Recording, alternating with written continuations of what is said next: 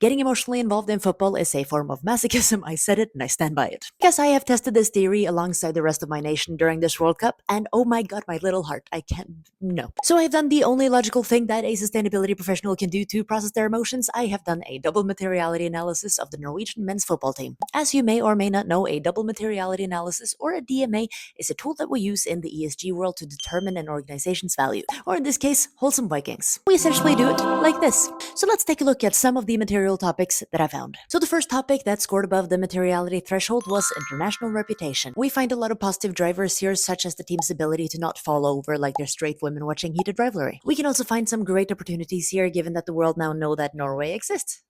Our next material topic is Harold's general well-being. There has since the beginning been an inherent risk here because of Harold's health. Because as I can attest to, it's not good for your heart to follow this sport. And the fact that 100,000 of his closest friends showed up routinely during the championship to wake him up. Then again, look how happy he was when he greeted the boys after Saturday's corrupt charade. Game. Although it is worth pointing out that the financial opportunity within this topic is a bit limited due to the low ROI on waving.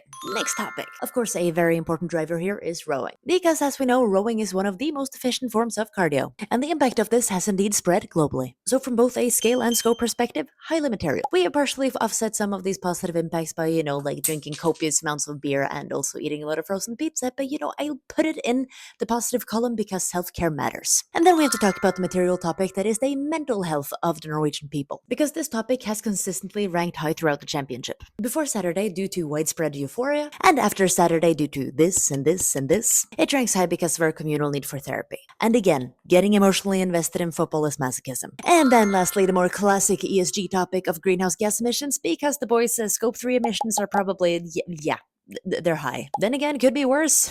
Could be this guy. Anyways, if you actually want to learn how to do a double materiality analysis, I would start with our beginner's guide to ESG. I'll link it somewhere.